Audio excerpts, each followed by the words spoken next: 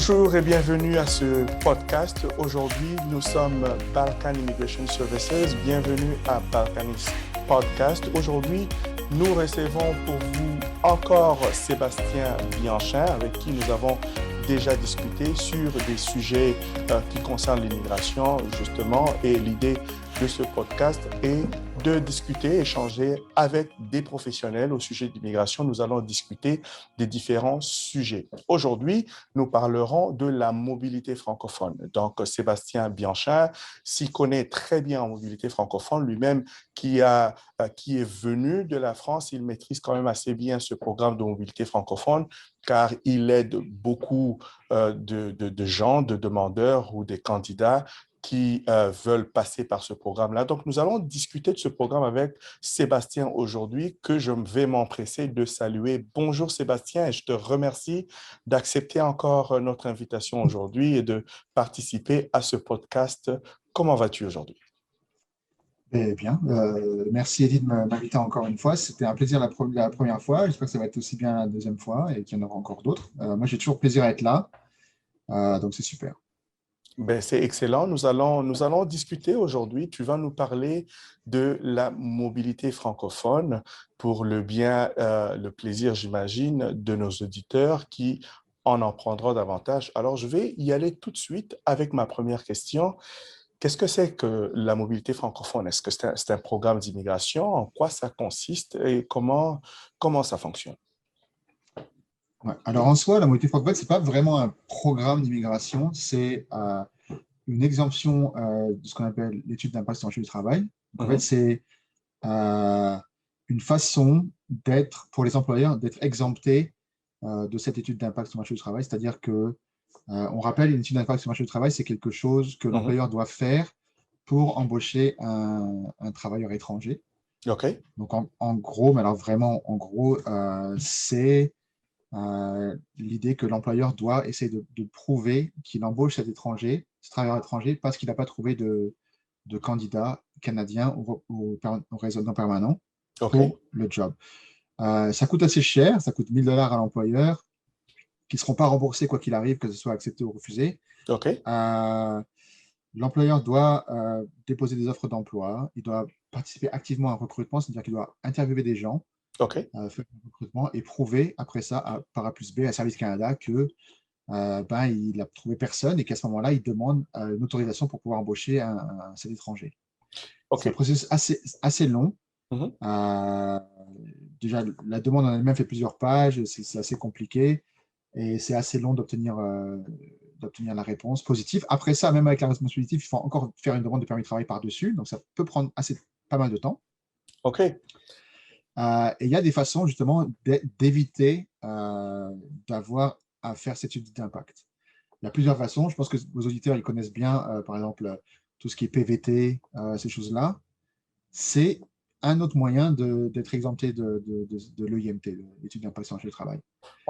Je m'excuse, Sébastien, on va assumer que nos auditeurs ne connaissent pas le PVT Oh, d'accord, et d'accord, ok. je vais tout simplement m'assurer que l'on facilite la compréhension de nos auditeurs, justement. Donc, tu parlais de l'étude D'accord, d'impact sur le marché du travail. Donc, en fait, c'est quelque chose que les employeurs, un document que les employeurs doivent obtenir pour être exactement. autorisés à embaucher des travailleurs Des étrangers. étrangers. Et ils doivent payer pour cela, c'est ça, vous dites? Ils doivent payer, c'est ça, ils doivent payer 1 000 $ OK. plus, donc 1 000 $ c'est les frais pour obtenir l'autorisation, donc l'étude d'impact en elle-même. OK. Mais il y a des frais annexes, évidemment. Il y a, comme j'ai dit, l'employeur doit poster des annonces en ligne, ça a un coût.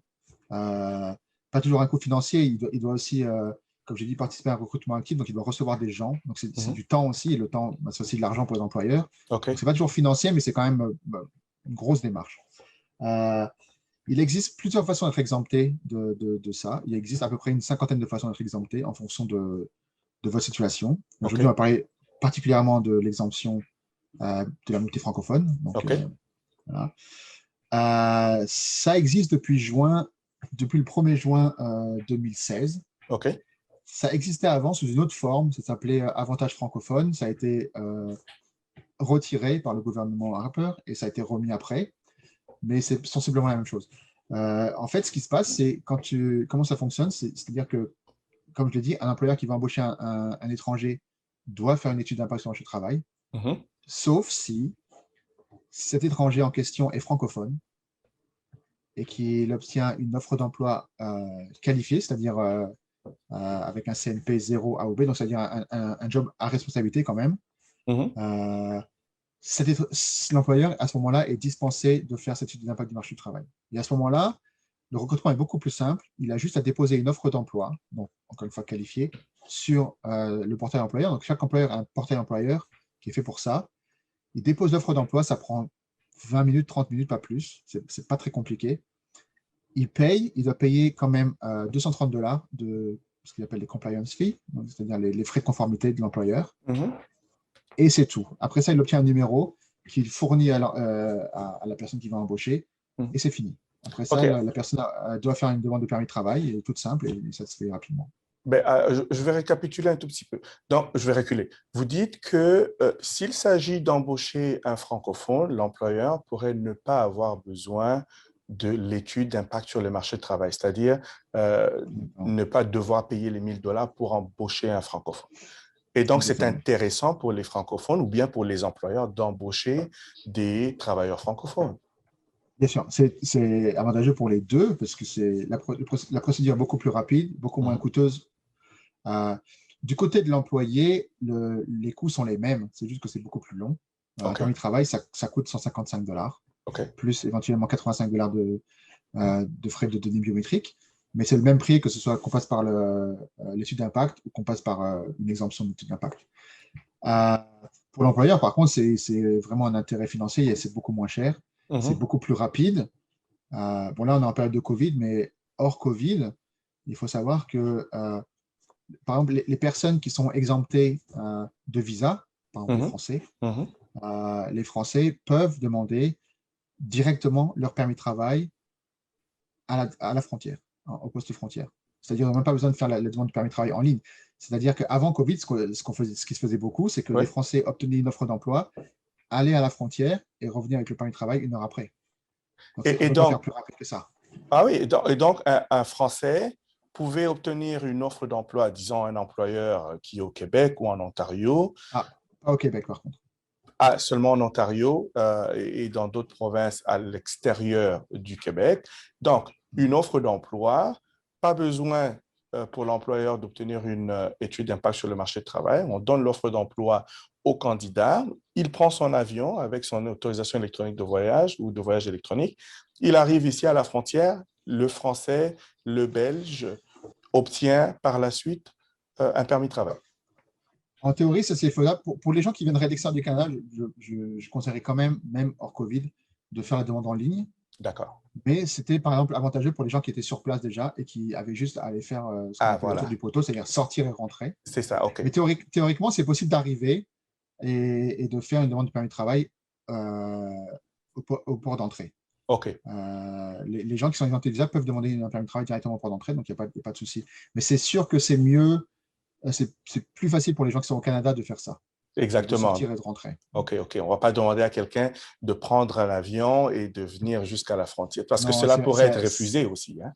Ça pourrait être refusé, c'est assez risqué, ouais, pour ça, c'est risqué.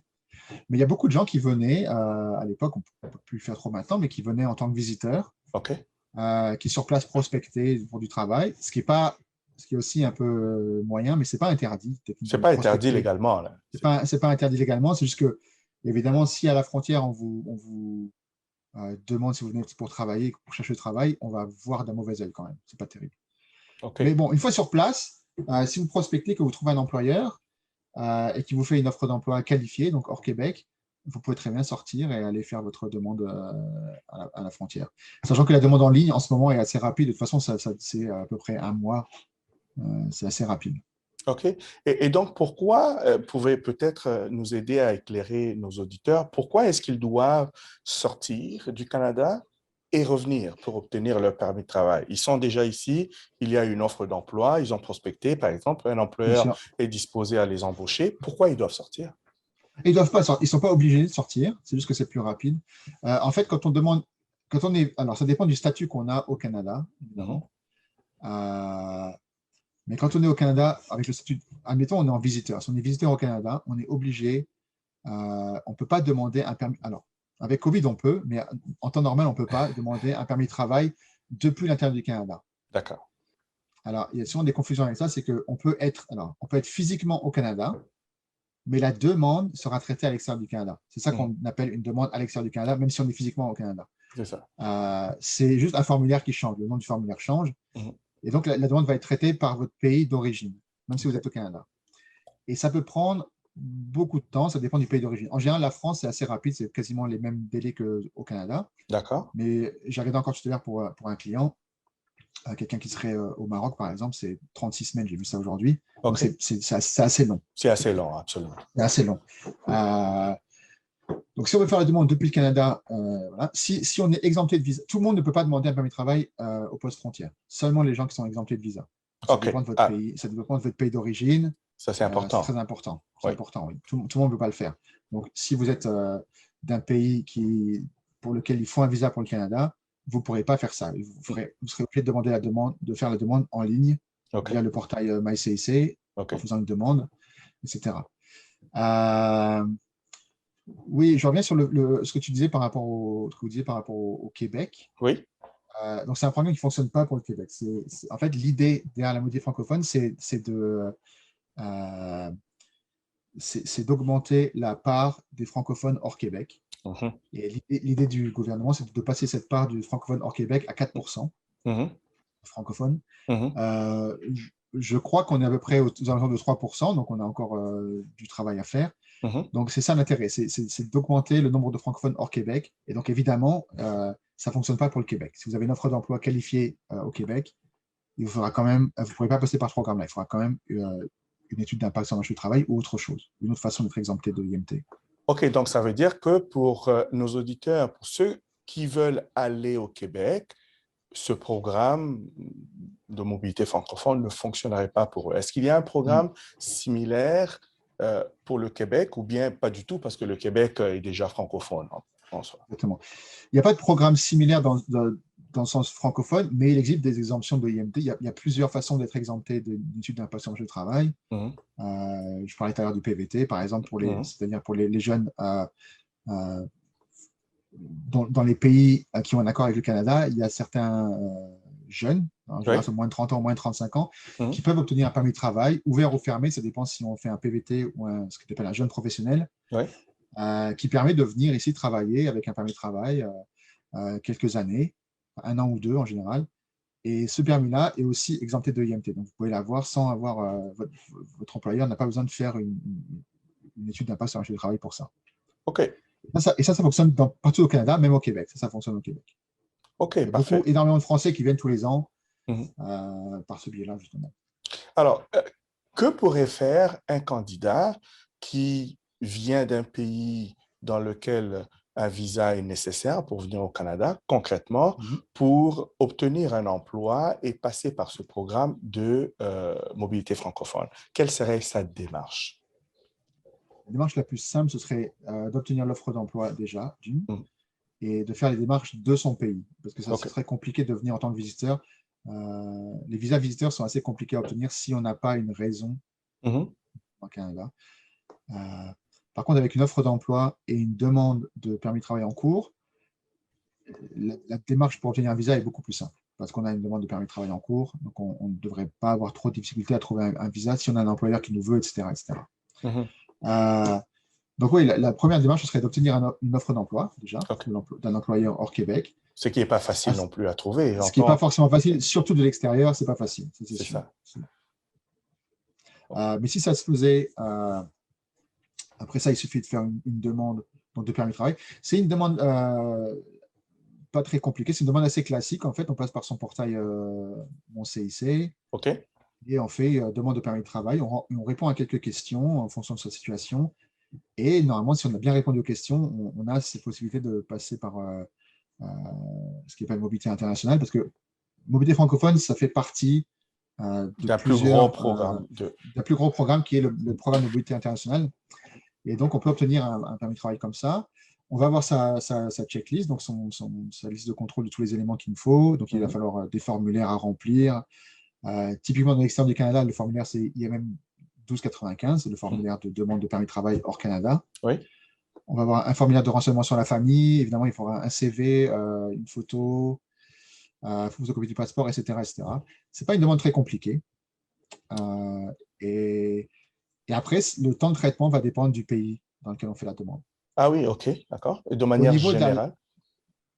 au niveau de la langue française, il faut savoir que la règle du programme, c'est que si l'agent qui va traiter votre demande est convaincu que votre langue d'usage quotidien est le français, donc c'est-à-dire si vous parlez quotidiennement français à la maison, il ne devrait pas vous demander un test de langue. Okay. Mais c'est possible que s'il n'est pas convaincu de ça, il peut vous demander un test de langue, et à ce moment-là, il faudra un niveau 7 au niveau du test de langue pour pouvoir faire noter francophone. Oh. Une autre question qu'on me pose souvent par rapport aux employeurs, les employeurs sont un peu réticents à faire ça. Alors, souvent, ils ne connaissent pas parce que c'est quelque chose qui est nouveau. Comme je dis, c'est juin 2016, donc c'est assez récent, quand même, 5 ans. Et souvent, la peur qu'ils ont, c'est qu'ils disent oui, mais moi, chez moi, je sais pas, on est à Toronto, dans mon entreprise, on ne parle pas français. Il faut parler en anglais. Alors, c'est très clairement expliqué, je crois même que c'est en grave, il faudrait que je vérifie, mais c'est très clairement expliqué sur le site de l'IRCC qu'on n'a pas besoin de travailler en français. C'est ça, exactement. Ouais. Voilà. Il faut que la langue d'usage de la personne soit français. En fait, l'idée, c'est de créer des communautés françaises hors Québec. C'est-à-dire que l'idée derrière ça, c'est que les francophones vont venir avec leur famille, parler français, peut-être rejoindre d'autres francophones, ça va faire comme ça des communautés de francophones hors Québec. OK, ça c'est très important. Donc, c'est une information qu'il faudrait clarifier avec les employeurs qui ne sont pas au courant. En fait, lorsque vous recherchez un emploi, donc nos auditeurs qui nous écoutent, lorsque vous recherchez un emploi, vous pouvez mentionner ce programme-là, puisque vous comprenez de quoi il s'agit. Vous pouvez également expliquer à votre employeur potentiel que vous pourriez passer par ce programme-là pour venir au Canada travailler pour lui et qu'il n'est pas nécessaire pour vous de travailler en français. Vous pouvez travailler en anglais, mais il suffit pour vous de parler français. Mais je voudrais aussi mentionner, Sébastien disait tout à l'heure que c'est quand même assez facile à faire. Vous pouvez tout à fait le faire vous-même, mais n'hésitez pas si vous avez besoin d'accompagnement, d'assistance. Vous le voyez très bien, Sébastien Bianchin est expérimenté là-dessus. Vous pouvez le contacter directement. Vous pouvez nous contacter, Balkan Immigration Services. Il nous fera plaisir de vous accompagner, surtout si vous voulez éviter de commettre des erreurs ou de remplir les mauvais formulaires. Il a mentionné quelques formulaires qu'il faut remplir. Il y en a d'autres. Et donc, si vous voulez le faire, pas de problème, vous pouvez y aller, vous vous sentez à l'aise, allez-y. Mais si vous avez besoin d'assistance, n'hésitez surtout pas à entrer en contact avec nous. Et donc, Sébastien, il faut savoir que c'est un petit peu plus, par rapport à ça, ce que tu disais, c'est un peu plus difficile, et c'est tout à fait faisable, c'est un peu plus difficile de faire cette demande justement de l'extérieur du Canada, donc avec un IMM 1295, plutôt que de l'intérieur du Canada, avec un 5710, parce qu'on va demander plus de choses pour les gens qui arrivent du Canada. C'est toujours pareil, on va demander plus de choses aux gens qui ne sont pas encore au Canada, évidemment. Alors, est-ce que tu pourrais nous dire à peu près une idée, bon, les critères d'admissibilité pour quelqu'un qui est à l'extérieur, justement? Prenons le cas d'un candidat qui, disons qu'il se trouve au Maroc ou bien dans un autre pays. Les gens à l'extérieur du Canada, on va leur demander, par rapport à une demande à l'intérieur du Canada, la grosse différence, c'est qu'on va leur demander des relevés d'emploi. On va leur demander des lettres de leur employeur courant, leur employeur précédent, etc. En fait, on essaie de construire un profil, disons, financier pour voir que la personne a travaille et a les ressources suffisantes pour venir. Si vous êtes actuellement au Canada sous permis de travail, par exemple, donc vous pouvez faire une demande de l'intérieur du Canada, on ne va pas vous demander ça. On va vous demander juste un CV, une photo, une preuve que vous… Alors ça, on va vous demander dans les deux cas, une preuve que vous correspondez au minimum que vous pouvez accomplir le travail. Exactement, aux critères d'admissibilité de l'emploi. Ouais, okay. En termes d'éducation et d'emploi. Souvent, quand on a un emploi, je ne sais pas si on en a déjà parlé, mais tout emploi est défini par son code CNP, donc il y a 4 chiffres. Et quand on va sur la page de ce code CNP, on voit toute une liste de titres de l'emploi qui correspondent à des tâches à effectuer. Et il y a une rubrique à la fin, je ne sais plus comment ça s'appelle en français, le critère d'admissibilité voilà, à l'emploi. Les conditions d'emploi. conditions d'admissibilité à l'emploi. Et là, on va dire que voilà, tel emploi, il faut au minimum avoir un diplôme d'études secondaires, un diplôme d'études postsecondaires, etc. Donc, il faut correspondre à ça quand même. D'accord. Donc, souvent, il faut soit envoyer son diplôme, soit envoyer un CV, par exemple, ça peut suffire. OK. OK. Voilà. Et donc, tu dis que pour ceux qui sont à l'intérieur du Canada, ils n'ont pas nécessairement besoin de fournir tous ces documents-là, c'est ça? En tout cas, pas l'historique de travail, OK. mais ils doivent fournir quand même un CV, une preuve qui correspond à l'emploi, etc., etc.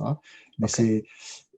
j'ai rarement vu des refus, clairement. C'est quand même assez simple parce qu'il faut se souvenir que derrière, vous avez quand même le soutien d'un employeur. C'est ça.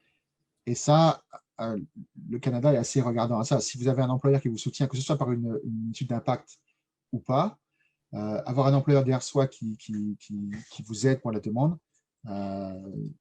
pour le Canada, c'est important. Et là, ça m'amène à ma prochaine question, Sébastien, pour le bien de nos auditeurs encore. Est-ce qu'ils ont besoin d'avoir un certain montant d'argent? Est-ce qu'ils ont besoin de prouver qu'ils ont de l'argent, des relevés bancaires et ainsi de suite, Non, dans le cadre de ce programme? pas avec ce programme-là, parce qu'en général, on demande une preuve de fonds aux gens qui viennent, par exemple, qui ont fait une demande de résidence permanente et qui n'ont pas d'offre d'emploi. D'accord. Quand on a une offre d'emploi, la preuve de fonds est levée parce qu'on a une offre d'emploi. Techniquement, quand on arrive, on travaille, donc on peut subvenir à ses besoins parce qu'on a une offre d'emploi. OK. On vous la demanderait si vous veniez sans forcément une offre d'emploi. Par exemple, les gens qui viennent avec un PVT, encore une fois, un permis de travail ouvert, on leur demande quand même de pouvoir prouver d'avoir assez d'argent pour un billet retour si besoin. OK. Et donc, ça veut dire concrètement pour nos auditeurs, donc vous n'avez pas besoin de prouver un certain nombre, un montant d'argent, un peu comme dans Entrée Express, ce programme travailleur qualifié, 10 000, 12 000, frais qui sont passés à, je pense, à 13 000 quelque chose. Ils ont augmenté. Oui, exactement. Pas besoin de cela. Aussi longtemps que vous avez une offre d'emploi, vous pouvez venir. C'est très intéressant. Alors, Sébastien. C'est d'ailleurs le cas, je te coupe, c'est d'ailleurs le cas pour le programme des travailleurs qualifiés dont tu parlais. Si on a une offre d'emploi, on n'a pas besoin de preuve de fonds. C'est toujours comme ça. Une preuve d'emploi lève la preuve de fonds. Excellent. C'est très intéressant à noter. Donc, c'est vrai que c'est un peu, je pourrais utiliser le terme difficile de rechercher un emploi, surtout lorsqu'on est à l'extérieur, mais cela n'est pas impossible. Donc, vous pouvez tout à fait trouver un emploi, vous obtenez une offre d'emploi, vous pouvez passer par ce programme de la mobilité francophone, bien entendu, si vous souhaitez vous installer à l'extérieur du Québec. Très important de noter cela. Sébastien, quelles sont les chances pour un candidat de voir sa demande dans le cadre de ce programme acceptée ou peut-être même refusée? Dans quelles circonstances est-ce qu'une demande par ce programme pourrait être refusée? Alors, les seules fois où j'ai vu des demandes refusées de ce programme-là, c'est parce que l'employeur a fait une erreur dans le choix du code d'exemption. On parlait de ça tout à l'heure. Donc, la mobilité francophone, c'est une exemption d'études d'impact sur le marché du travail. Il y en existe une cinquantaine. Chacune ont un code, parce que l'IRC aime bien les codes. Cette exemption-là, la mobilité francophone, c'est le code C16, 1.6, C16. Souvent, très souvent, même je ne sais pas pourquoi, alors que c'est bien écrit sur le portail C16 mobilité francophone, les employeurs ont tendance à utiliser le code C21, qui correspond au programme de mobilité internationale pour les jeunes, c'est-à-dire le JP dont on parlait tout à l'heure, qui serait C21. Donc ça serait refusé, mais ce ne serait pas bien grave, il suffit de refaire la demande avec le bon code et en général ça passe. Ou sinon, ce qui peut se passer, c'est que les gens ne sont pas du tout convaincus que de l'emploi, comment dire, que votre profil correspond vraiment à l'emploi. OK, donc votre capacité à accomplir le travail pour lequel vous êtes. J'ai vu un refus d'un employeur qui cherchait justement un boulanger, qui est un qualifié, donc qui rentrerait en ligne de compte là-dedans, et qui a trouvé un employeur qui n'avait jamais touché de pain de sa vie. Et du coup, évidemment, ce n'est pas passé. C'était compliqué. OK. Et donc, à ce moment-là, ils ont quand même eu besoin, comme vous l'avez mentionné tout à l'heure, de prouver ou de démontrer que vous avez quand même un minimum d'expérience dans le domaine, quand même. Exactement, parce que, comme je dis, quand vous faites la demande, il y a une rubrique à un moment donné, preuve que vous correspondez aux critères d'admissibilité de l'emploi. Mhm, Par exemple, pour un poste de boulanger, on va vous demander soit de l'expérience en tant que boulanger, mhm. soit une formation, soit un diplôme de boulanger. Si vous avez ni l'un ni l'autre, c'est assez compliqué. Ça pourrait ne pas marcher là. C'est compliqué. Mais les refus sont très, très rares, encore une fois, OK. dans cette catégorie-là, parce qu'on a un soutien d'un employeur et c'est ça qui compte. Ça compte beaucoup, ça. Ah, mais ça, c'est important, hein? Alors, pour vous, nos auditeurs qui êtes à l'extérieur ou même vous qui êtes ici, vous devriez considérer ce programme de mobilité francophone pour votre immigration au Canada. Il fait partie de plusieurs programmes d'immigration qui existent au Canada. Donc, nous allons essayer de le décortiquer pour vous. N'hésitez pas, si vous avez des questions bien spécifiques par rapport à ce programme ou à d'autres programmes, n'hésitez surtout pas. Vous trouverez nos coordonnées, les coordonnées de Sébastien ainsi que les miens dans la description de cette vidéo. Vous pouvez entrer en contact avec nous. Et pour ceux qui écoutent la balado, donc le podcast, vous pouvez contacter info@balkanis.ca, ça c'est l'adresse courriel, et vous pouvez aussi contacter Sébastien. Tu veux bien donner ton adresse courriel, s'il te plaît, pour nos auditeurs? Vous pouvez me contacter à info@upnorthimmigration.com. Up North, c'est UP North. UP Oui, North, North, immigration, comme immigration.com. parfait. Il Excellent. y a, Oui, je ne sais pas si on va en parler, mais il y a quelque chose que je voudrais rajouter par rapport à ce programme qui est ben vas-y. vraiment un avantage pour les gens qui nous écoutent peut-être de l'extérieur. Oui. C'est que comme il faut un emploi qualifié pour obtenir ce permis de travail, Mhm. du coup, la personne qui va obtenir ce permis de travail est travailleur qualifié. D'accord. Et il existe la possibilité pour le conjoint d'un travailleur qualifié d'obtenir un permis de travail ouvert, Ah, qui est aussi une très exemption de important. l'IMT. Cette fois-ci, Mhm. c'est 41, c'est une autre exemption de l'IMT. Mhm. C'est-à-dire que tout conjoint de fait ou époux d'un travailleur qualifié, et c'est le cas dans ce programme, a le droit de demander un permis de travail ouvert. Et à ce moment-là, c'est un permis de travail qui est de la même durée que le permis de travail francophone du conjoint, mais qui est ouvert. C'est-à-dire qu'il n'y aura pas le nom de l'employeur sur le permis de travail et la personne peut travailler pour qui il veut. OK. Ou pas Alors, travailler. Sébastien, ça, c'est très intéressant. Donc, tu dis que un travailleur qualifié qui a obtenu une offre d'emploi fait sa demande de permis de travail. Donc, le conjoint d'un tel candidat pourrait faire une demande de permis de travail ouvert. Maintenant, à quel moment est-ce que cette demande pour le conjoint devrait être faite? Est-ce que ça peut se faire, les deux demandes peuvent se faire au même moment, ou bien il est préférable de d'abord faire la demande du candidat principal et ensuite faire la demande du conjoint? Et les enfants, est-ce que les enfants aussi peuvent venir avec les parents si les deux doivent venir travailler? Comment ça se passe? Alors, déjà, les deux demandes peuvent se faire en même temps. On peut demander le permis de travail donc fermé et le permis de travail ouvert en même temps, dans la même demande. Les deux seront traités en même temps, les deux seront reçus en même temps. Ça, il n'y a pas de souci. Pour les enfants, ça dépend de l'âge, évidemment, des enfants. Passé un certain âge, il faudra, s'ils veulent faire des études, soit faire un permis d'études, etc. Mais on peut commencer avec les enfants par une fiche visiteur, donc ils peuvent venir en tant que visiteurs. Voilà. Les enfants donc mineurs de travailleurs, qualifiés, de gens qui ont un permis de travail, ils ne sont pas obligés d'avoir un permis d'études. D'accord. OK. Voilà. Et donc, tu dis que la demande de permis de travail pour les deux parents peut se faire en même temps. Est-ce que cela peut aussi tout à fait se faire après? Est-ce que le conjoint pourrait demander après ou il est préférable carrément de faire la demande ensemble? Là, je conseille de le faire ensemble, mais ça peut tout à fait se faire après, il n'y a pas de souci. Il faut que ce soit fait, ça peut même se faire bien après, il faut que ce soit fait dans les 6, alors qu'il reste encore 6 mois de validité sur le premier permis de travail. Si le permis de travail donc fermé du conjoint qui a la mutuelle francophone touche à sa fin, donc dans les 6 derniers mois, alors on ne peut plus le faire, c'est trop tard. Mais on peut le faire après, sachant, il faut aussi voir que ça peut être plus compliqué pour des gens qui ne seraient pas exemptés de visa forcément.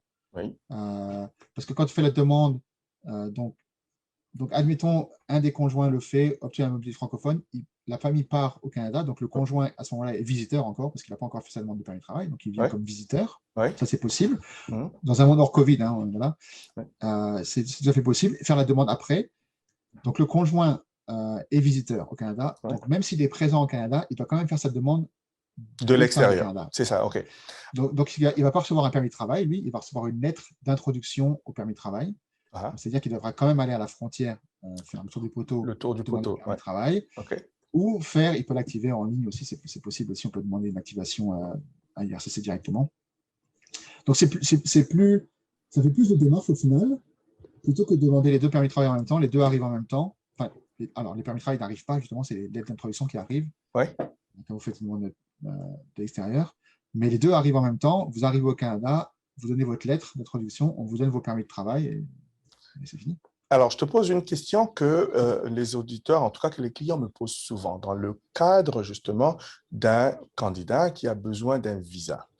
Généralement, les conditions pour venir au Canada avec un visa ou avec une demande de permis de travail, il faudrait démontrer qu'on va quitter le territoire canadien à la fin de son séjour autorisé. Et dans la plupart des cas, on a besoin de démontrer qu'on a certaines attaches dans son pays d'origine. Alors, un candidat qui veut venir pour travailler ici, le fait pour lui de venir avec sa famille, est-ce que cela ne pourrait pas causer un problème aux yeux de l'agent d'immigration qui va dire, mais finalement, vous n'allez plus avoir des raisons de retourner dans votre pays d'origine? Est-ce que cela ne devient pas, ne poserait pas un problème s'ils choisissent de faire la demande des deux permis de travail en même temps?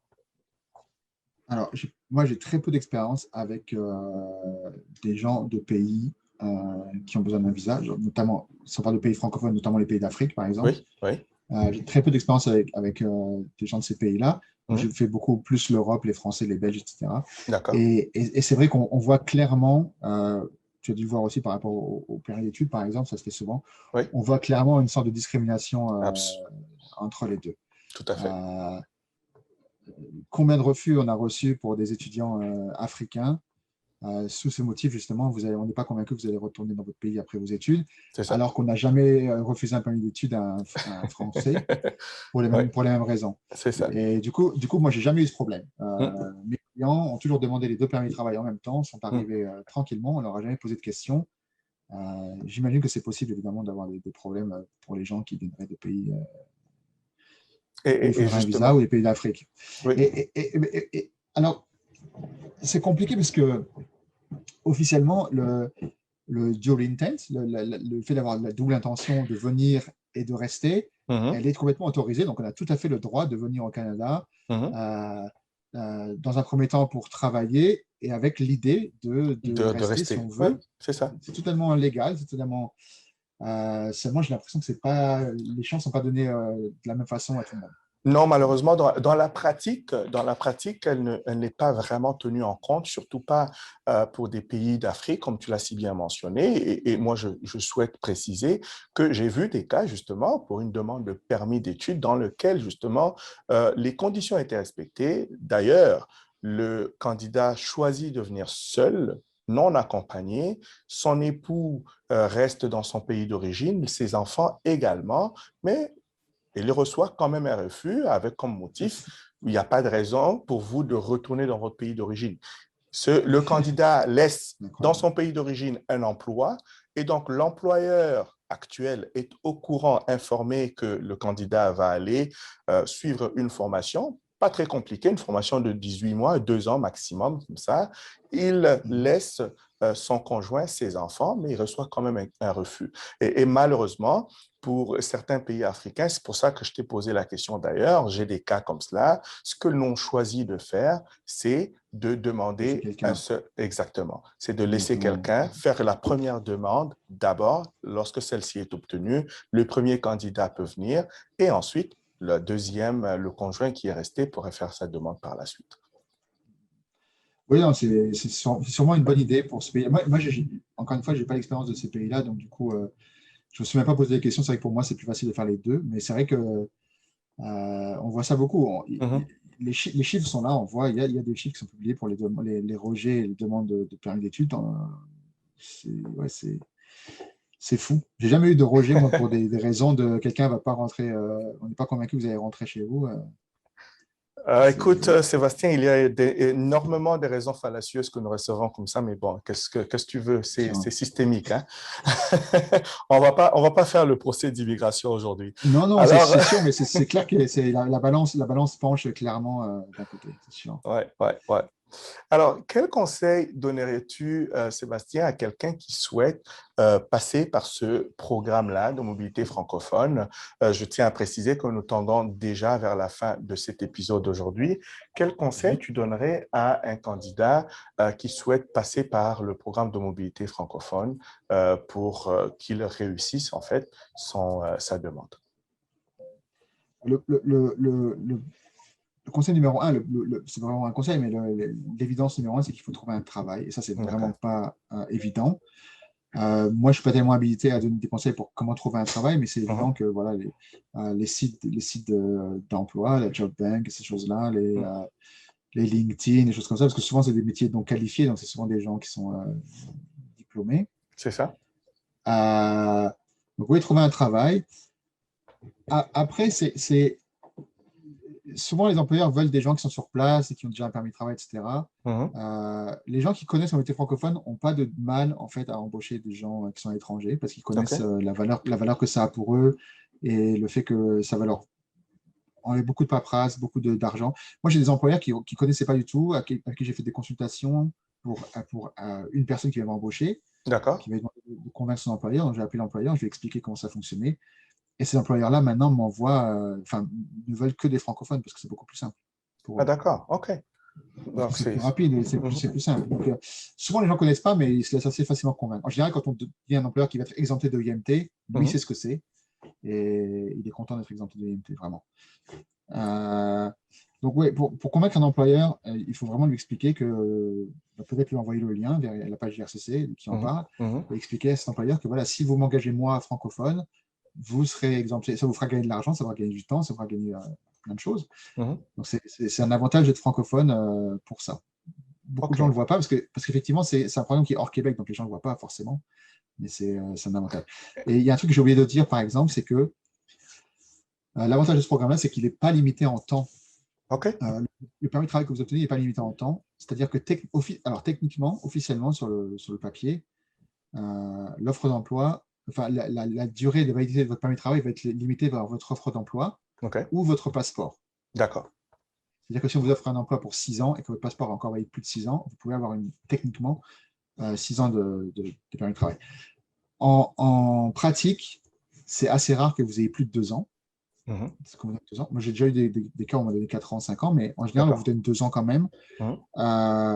Mais il faut savoir que c'est renouvelable. Voilà. Vous pouvez renouveler autant que vous voulez ce permis de travail, il n'y a pas de souci. Ce n'est pas comme justement un PVT qui serait limité à une seule utilisation, par exemple. On peut le faire plusieurs fois. Mais il est quand même important de rappeler aussi qu'il existe quand même d'autres programmes qui pourraient permettre à ces candidats, qu'ils souhaitent bien entendu, qui souhaitent devenir résidents permanents, après avoir acquis une certaine expérience ici au Canada, passer par la demande de résidence permanente et puis finalement de devenir canadien pour ceux qui le souhaitent. Bien sûr. Et justement, la mobilité francophone, c'est vraiment tout permis de travail, en vérité, à partir du moment où vous êtes autorisé à venir travailler au Canada et que vous travaillez, c'est toujours un bon pied à l'étrier vers la résidence permanente. C'est toujours un bon pas vers la mobilité francophone. Peut-être plus, parce que du coup, c'est vraiment quelque chose qui, comme je dis, comme il faut un emploi qualifié, forcément, c'est la condition pour l'avoir. À partir du moment où vous avez 1 an d'expérience qualifiée au Canada, vous pouvez prétendre à la résidence permanente via l'expérience canadienne. Le fait d'avoir 1 an d'expérience avec l'employeur qui est inscrit sur votre permis de travail, plus une offre d'emploi, ça vous permet d'avoir des bonus de points, etc. Donc, c'est quand même un bon pied à l'étrier vers la résidence permanente. C'est la bonne porte d'entrée. C'est une des portes d'entrée. Il y en a plusieurs, mais celle-là, c'est une bonne porte d'entrée. Mais écoute, c'est très intéressant ce programme de mobilité francophone. Pour ceux qui l'entendent pour la première fois, vous avez des questions supplémentaires, des préoccupations, n'hésitez surtout pas à entrer en contact avec nous. Le but de ce podcast est justement de vous informer, vous fournir l'information et d'échanger avec vous et de vous accompagner, pourquoi pas. Hein, nous sommes dans ce métier justement pour vous aider un plus grand nombre à venir au Canada avec tous les programmes d'immigration qui existent. N'hésitez surtout pas à entrer en contact avec nous pour besoin d'aide s'il y a lieu. Sébastien, je te remercie infiniment. Nous tendons vers la fin de ce programme d'aujourd'hui, de cet épisode, mais comme tu le sais, on ne peut pas se quitter sans que tu nous fasses une révélation. Alors, je vais te poser une question. Encore une autre. Alors, la question que je veux te poser aujourd'hui, Sébastien, c'est est-ce que tu peux nous parler d'un sacrifice quelconque que tu as eu à faire au cours de ta vie, peu importe dans quel domaine, un sacrifice? Ou bien, tu pourrais tout simplement choisir de nous faire toi-même une révélation. L'autre fois, tu nous as parlé des jeux vidéo. Tu aimes beaucoup les jeux vidéo, nous ne l'avons pas oublié. Et aujourd'hui, tu pourrais nous parler de quelque chose d'autre que tu aimes. Okay. Bon. La prochaine fois, je préparais quelque chose que je pense que ça reviendrait. Parce que si je vais faire une révélation par émission, ça va être compliqué au bout d'un moment, au niveau des révélations. Un sacrifice. Alors, c'est pas vraiment c'est un sacrifice que j'ai fait de bon cœur. Oui. Il y a quelques temps, c'était quand 2019, 2009, c'était juste avant que je vienne au Canada, il y a 10 ans. J'ai fait don d'un de mes reins à une de mes sœurs qui en avait besoin. Oh, wow! Donc, c'est quelque part un sacrifice, mais c'est pas non plus. Mais si, bien sûr que ça l'est. C'était de bon cœur, disons. Voilà, OK, wow! Voilà, c'est tout ce qui m'est à l'esprit. Et oui, mais j'ai fait ça, c'était en mars 2010. OK. Donc, et j'imagine que tout s'est bien passé. Tout s'est bien passé. Je porte très bien. Voilà, ça se passe bien. Elle est toujours en forme. Elle a pu commencer à reprendre une vie normale, parce que ça, c'était un peu compliqué, évidemment, les dialyses, des choses comme ça. Mais voilà, okay. Après la greffe, tout s'est bien passé. Ben, c'est une très, très, très bonne nouvelle. Je suis surpris. Mais c'est super, c'est super. Alors, on continue d'apprendre, on va en apprendre davantage, on apprend de nous. Une dernière question, Sébastien. Est-ce qu'il y aurait quelque chose d'autre que tu voudrais partager avec nos auditeurs, soit au sujet de ce programme de mobilité francophone, ou bien tout simplement un mythe de manière générale, ce à quoi nos auditeurs peuvent penser, ou bien un mythe de manière générale en ce qui concerne l'immigration? Est-ce qu'il y a quelque chose qui te passe par l'esprit en ce moment? Alors, j'ai deux choses. Oui. Par rapport au mythe, là, justement, on parle d'un permis de travail qui est fermé, donc qui est lié à un employeur. Le mythe qui revient souvent, c'est que les gens se disent, voilà, ben, si jamais je perds mon emploi, qu'est-ce qui se passe? Je dois retourner dans mon pays immédiatement. Il faut savoir que ce n'est pas le cas. Quand vous avez un permis de travail pour une durée déterminée, donc 2 ans, 3 ans, si vous perdez votre emploi pendant ce temps-là, ou que même vous démissionnez de vous-même, votre permis de travail, lui, est toujours valide. Il reste valide. Jusqu'à sa date d'expiration. Alors évidemment, il est lié à un employeur. Donc avec ce permis de travail-là, vous ne pouvez pas travailler pour quelqu'un d'autre. Donc il faudra redemander un nouveau permis de travail. Sûrement une mobilité francophone, si vous en avez déjà eu. De l'intérieur du Canada, ce sera beaucoup plus simple, déjà. Mais oui, vous pouvez rester au Canada, demeurer au Canada jusqu'à éventuellement l'expiration de votre permis de travail en toute légalité, il n'y a pas de souci. Voilà. Une autre chose que je voulais dire, et on le dit souvent, je pense qu'on le dira tout le temps, tous les épisodes, c'est qu'il n'est jamais obligatoire de faire appel à un consultant dans votre démarche, jamais. Donc, vous pouvez faire très bien tout seul. Encore une fois, on en a parlé, c'est une démarche qui est assez facile à faire par rapport à d'autres qui sont beaucoup plus compliquées, pour lesquelles je conseille de prendre un consultant. Mais là, ce n'est pas forcément le cas. Mais dans tous les cas, si vous prenez un consultant, faites vraiment attention que ce consultant-là soit bien agréé par CRC. Allez sur le registre public qui est visible en ligne. Vous pouvez taper nos noms, vos noms, le nom de n'importe qui. Vous pouvez trouver un consultant dans votre pays même. Vous pouvez trier par pays. Vous pouvez chercher un consultant. Il faut que ce consultant soit enregistré et reconnu par ICCRC. C'est très important. Il y a beaucoup de gens qui sont de consultants, de faux consultants, qui usurpent des identités et qui sont passés pour des consultants et qui vont prendre votre argent pour ce genre de demande. Très, très, très important. Ce type de... je ne sais pas ce que toi tu pratiques, mais pour ce type de demande, pour une demande de permis de travail sans OIMT, les frais professionnels d'un consultant ne sont pas énormément élevés. Si on vous fait des devis à des dizaines de milliers de dollars, ça arrive, hein. Malheureusement, ça arrive. Fuyez. C'est pas un vrai consultant. Fuyez carrément. Et ça, c'est bien dit. Oui, non, il faudrait aussi... J'ai vu des demandes de PVT. Alors, PVT, on en a parlé un peu vite fait, mais c'est la demande la plus simple possible à faire, parce que c'est visé aux jeunes. C'est très simple. Tout est bien expliqué en ligne, donc c'est très simple à faire.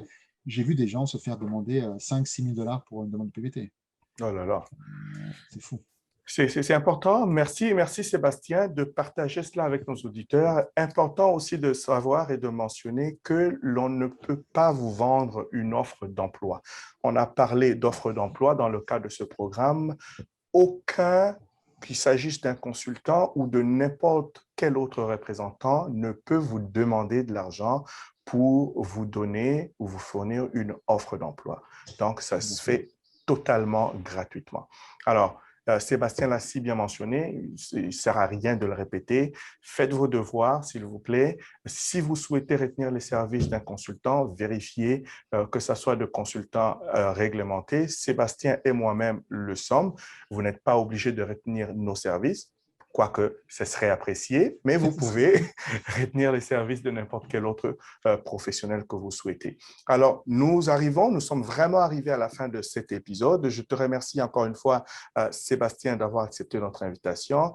Il nous fait énormément plaisir de discuter et d'échanger comme ceci avec toi. Nous en apprenons. J'en apprends, moi aussi. Nos auditeurs apprennent. Et nous allons continuer de faire des épisodes comme ceci. Nous parlerons de beaucoup d'autres choses. Restez branchés, restez connectés. Vous allez voir au bas de l'écran, à la description, vous verrez les informations, les coordonnées pour entrer en contact avec Sébastien Bianchin, notre invité d'aujourd'hui, ou avec moi-même, Eddie Banamboula de Balkan Immigration Services. Sébastien est fondateur de Up North Immigration Services. Donc, je vous dis merci de nous avoir suivis et on se dit à la prochaine. Merci beaucoup, Sébastien. Merci pour l'invitation. C'était un plaisir. Au revoir. Au revoir.